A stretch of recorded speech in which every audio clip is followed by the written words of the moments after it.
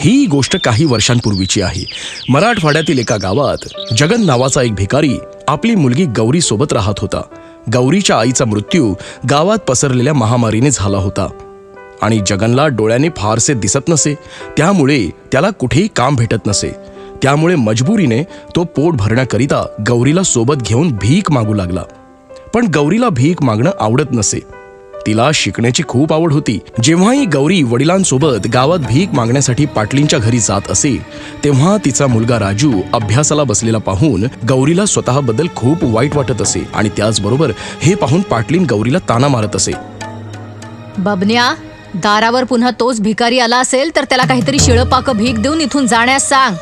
गावात एकही दवाखाना नाही आणि या भिकारी लोकांची महामारी सारखी बिमारी जर माझ्या मुलाला झाली तर मी काय करणार? हे शब्द कानांवर पडताच दोघी दुखी होऊन तिथून निघून गेले. तेव्हा गौरी म्हणाली, बाबा, गावातले सगळे लोक आपल्यापासून दूर का जातात? आपण खूप वाईट लोक आहोत का? मग वडील म्हणाले, अगं नाही पोरी, वाईटपणा तर आपल्या गरिबीत आणि यांच्या विचारात आहे. बाबा, एक दिवस मी डॉक्टर होणार आणि तुमच्या डोळ्याचाही इलाज करणार. तसंच या गावात एक दवाखाना सुद्धा उघडणार. पोरी, आपल्याला 2 वेळेची भाकरी मिळणं सुद्धा अवघड आहे. ही स्वप्न तर श्रीमंतांनीच पाहायची असतात. खरंच मी तुझ्यासाठी काहीच करू शकत नाही. तेवढ्यात एका बाईने गौरीला आवाज दिला आणि बोलली, अगं गौरी, तू जर का आज आमचं टॉयलेट साफ करून दिलंस तर मी तुला 5 रुपये भीक देईन. गौरीने त्यांचं म्हणणं ऐकलं आणि टॉयलेट साफ करून दिलं. पण गौरीला हे काम करताना खूप वाईट वाटत होतं. तेव्हा गौरीने ठाम निश्चय केला की आता मी डॉक्टर होऊनच दाखवणार. गौरीने तिच्या वडिलांना एका मंदिराबाहेर रहीम चाच्याजवळ बसवलं आणि स्वतः काही दिवस खेळणी विकून पैसे कमावू लागली. आणि मग एक दिवस गौरी गावातील शिक्षिका रेणू दीदीला भेटली आणि गावातल्या सरकारी शाळेत शिकण्यासाठी जाऊ लागली. आता रोज गौरी शाळेतून आल्यानंतर खेळणी विकून पैसे कमावू लागली आणि आपल्या बाबांना सांभाळूही लागली.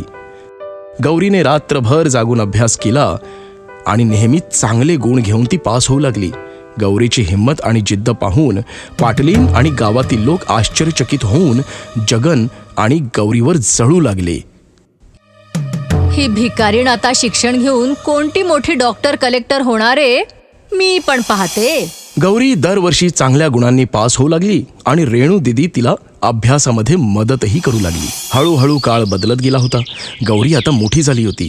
आपल्या मेहनतीने आणि कष्टाने तिने शिक्षण पूर्ण केलं आणि पुढील डॉक्टरीचं शिक्षण तसेच कॉलेजमध्ये दाखला मिळण्यासाठी गौरीने परीक्षा दिली आणि परीक्षेत ती टॉप सुद्धा झाली. ही बातमी ऐकून गौरीचे वडील आणि रेणू दीदी खूपच आनंदी झाले. बाबा, डॉक्टर की शिक्षण घेण्यासाठी मला स्कॉलरशिप मिळाली आहे.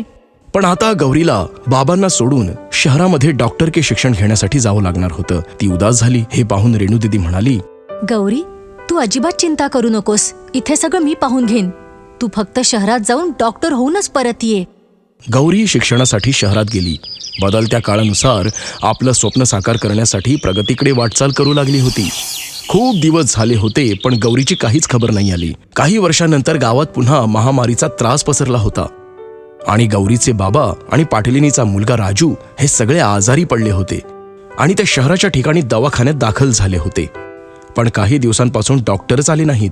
सगळे दुखी होऊन उदास मनाने देवाकडे प्रार्थना करू लागले. तेवढ्यात एका नर्सने बातमी दिली. नर्स म्हणाली, आता तुम्हाला काळजी करण्याची काही गरज नाही, कारण सरकारकडून शहरातील सर्वात मोठी डॉक्टर मॅडम तुमचा इलाज करण्यासाठी येतेय. ही बातमी ऐकून गावकरी आनंदी झाले. तेव्हा दवाखान्यासमोर एक मोठी कार येऊन थांबली आणि त्यातून एक डॉक्टरीन उतरली. गावातल्या सरपंचांनी त्यांचे हार घालून स्वागत केले. जेव्हा डॉक्टरीन बाई आल्या तेव्हा सगळ्यांना आश्चर्याचा धक्काच बसला, कारण त्या डॉक्टर दुसऱ्या कुणी नसून तीच भिकारी मुलगी गौरी होती. गौरीने आपल्या बाबांचे पाय धरले आणि आशीर्वाद घेतला आणि मग सर्व गावकरी लोकांचा तिने उपचार करण्यास सुरुवात केली. गौरीच्या उपचारामुळे काही दिवसात सर्वांचा आजार बरा झाला. गौरीने आपल्या बाबांच्या डोळ्यांचं ऑपरेशन केलं आणि त्यांना डोळ्याची दृष्टी परत मिळवून दिली.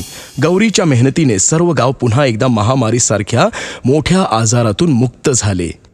आणि तसेच पाटलीन व गावकऱ्यांना आपण गौरीवर केलेल्या अत्याचारावर पश्चाताप झाला. त्या सर्वांनी फुलांचा हार घालून गौरीच्या नावाचा जय जयकार केला आणि हे पाहून गौरीच्या बाबांना खूप अभिमान वाटला. तर मुलांनो, या गोष्टीतून आपल्याला असा बोध होतो की जर तुम्ही गौरीप्रमाणे मेहनत आणि दृढ निश्चयाने कष्ट केले तर तुम्हाला यश नक्कीच मिळेल. एका छोट्याशा गावात सखुबाई नावाची स्त्री राहत होती. ती खूप गरीब होती. ती भाड्याच्या घरात राहत असे. तिचा नवरा 2 वर्षांपूर्वीच वारला होता. तिला एक मुलगा होता. त्याचं नाव होतं राजेश. तो अभ्यासात खूप हुशार होता. नवरा मरण पावल्यानंतर घराची सगळी जबाबदारी सखुबाईच्या खांद्यावर आली होती आणि सोबत राजेशचा शिक्षणाचा खर्च सुद्धा. सखुबाई नेहमी विचार करत असे की एक दिवस तिचा मुलगा मोठा ऑफिसर बनेल. सखुबाई जेव्हा कामावर जात असे तेव्हा राजेश सुद्धा सोबत जात असे. सखुबाई लोकांच्या घरी जाऊन भांडी घासत असे, तर काही ठिकाणी स्वयंपाक सुद्धा बनवत असे आणि राजेश त्या घरी आलेले वृत्तपत्र मन लावून वाचत असे. एक दिवस राजेश वृत्तपत्र वाचत असताना त्यांच्या मालकिणीने त्यांना टोमणा मारला. अरे राजेश, वर्तमानपत्र वाचून तू काय मोठा ऑफिसर होणार आहेस का? त्यापेक्षा आईला थोडी मदत कर. कमीत कमी तिला थोडी मदत तरी होईल. यावर राजेश म्हणाला, मालकीण, मला मोठं ऑफिसर बनायचंय, कलेक्टर व्हायचंय. मी पुस्तकं खरेदी करू शकत नाही, म्हणून मी ज्ञान मिळवण्यासाठी पेपर वाचत असतो. मालकीण म्हणाली, तू आणि कलेक्टर चेहरा बघितलायस का? आणि मालकीण मोठ्याने हसू लागली. सखुबाईला या गोष्टीचं खूप वाईट वाटलं आणि ती राजेशला घेऊन घरी निघून गेली. मग सखुबाई लग्नामध्ये स्वयंपाकाचं काम घेऊ लागली. ती एकटी 15-20 किलोच्या पोळ्या करू लागली. यामुळे ती सकाळीच 3 वाजता उठून कामाला लागत असे. तिच्यासोबत राजेश सुद्धा उठून कामात मदत करत असे आणि अभ्यास सुद्धा करत असे. एक दिवस अचानक घर मालक घरी आले आणि म्हणाले, काय सखुबाई, तू आणि तुझा मुलगा सकाळीच 3 वाजता उठता आणि आमची लाईट जाळता. लाईट बिल बघा किती जास्त येते, ते पण तुमच्यामुळे. एकतर बिल जास्त भरा, नाहीतर खोली रिकामी करा. आणि खोली मालक रागात निघून गेला. मग राजेश कंदील लावून अभ्यास करू लागला. आई सुद्धा त्या प्रकाशात पोळ्या करू लागली. असेच काही वर्ष राजेश अभ्यास करू लागला आणि वर्गामध्ये नेहमी पहिला नंबर मिळवत असे. राजेशचा अभ्यास बघून त्याच्या गुरुजीने पुढील शिक्षणासाठी त्याला दिल्लीला जाण्याचा सल्ला दिला आणि त्याच्या शिक्षणाच्या खर्चाची सर्व जबाबदारी घेतली. राजेश तेव्हा 22 वर्षांचा होता. मग काय, राजेश दिल्लीला गेला आणि त्याने खूप अभ्यास केला. तो रात्रंदिवस वाचनालयात पुस्तके वाचू लागला. मग एक दिवस सायकलवरून परीक्षेला जात असताना त्याला एका गाडीवाल्याने उडवलं. राजेश जमिनीवर पडला. त्याच्या डोक्याला आणि डाव्या हाताला मार लागला. तो विचार करू लागला, माझ्या डाव्या हाताला जखम आणि डोक्यातून रक्त वाहतंय. अशा अवस्थेमध्ये हॉस्पिटलला जाऊ की परीक्षा द्यायला? जर दवाखान्यात गेलो तर माझं पूर्ण वर्ष वाया जाईल आणि हे माझ्यासाठी शक्य नाही. आणि दिल्लीला राहण्याचा माझा खर्च सुद्धा कोण उचलणार? माझ्या फक्त डाव्या हाताला इजा झाली आहे, पण उजवा हात तर अजून चांगला आहे. मी या हाताने परीक्षा देऊ शकतो. आणि मग राजेशने तिथून सरळ परीक्षा केंद्रावर जाऊन आपला पेपर दिला. परीक्षा दिल्यानंतर राजेश दवाखान्यात गेला आणि स्वतःचा उपचार केला. राजेशने दवाखान्यातच मुलाखतीची तयारी केली आणि मुलाखत दिली. मग काही दिवसांसाठी राजेश आपल्या आईकडे गावाला पुन्हा निघून गेला. काही दिवसांनंतर निकालाच्या दिवशी त्याची आई एक पेपर घेऊन आली आणि राजेशला निकाल पाहायला सांगितला. राजेशने निकाल बघितला आणि तो आनंदी होऊन आईला सांगू लागला, आई, मी पास झालो. तुझा मुलगा मोठा ऑफिसर झालाय. मी कलेक्टर झालो आई. हे ऐकून आईच्या डोळ्यात अश्रू आले आणि ते दोघे रडू लागले. तर मित्रांनो, या गोष्टीतून काय बोध घेता येईल की नेहमी आपलं ध्येय समोर ठेवून प्रयत्न करावेत. लोक तुमच्यावर हसतील, मस्करी करतील, तरी तुम्ही तुमचं ध्येय सोडू नका. एक दिवस तुम्ही नक्कीच यशस्वी व्हाल.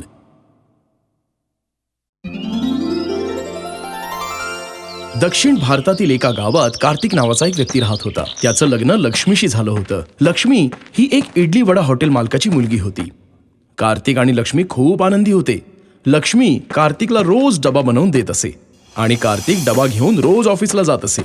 त्यांचं जीवन सुरळीत चालू होतं. पण अचानक काही वर्षांनंतर त्यांच्या आयुष्याला कोणाची तरी नजर लागली. एक दिवस कार्तिक खूप उदास होऊन घरी परतला आणि लक्ष्मी समोर रडू लागला. अहो, काय झालं? तुम्ही का रडताय? लक्ष्मीने विचारलं. यावर कार्तिक म्हणाला, माझी नोकरी गेली. लक्ष्मीने विचारलं, पण का? आतापर्यंत तर सगळं नीट चाललं होतं, मग अचानक असं का झालं? कार्तिकने रडतच सांगितलं, मी जिथे काम करत होतो त्या मालकाने त्यांची कंपनी दुसऱ्याला विकली आणि मला कामावरून काढून टाकलं. अरे रे, पण तुम्ही आता रडू नका. ही गेली तर दुसरी मिळेल. तुम्ही चिंता नका करू. लक्ष्मीने कार्तिकला धीर दिला.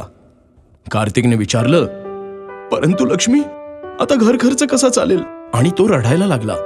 तुम्ही चिंता नका करू. मी काही ना काहीतरी नक्कीच करेन आणि तुम्ही सुद्धा नवीन नोकरी शोधत राहा आणि मला खात्री आहे ही वाईट वेळ सुद्धा लवकरच निघून जाईल.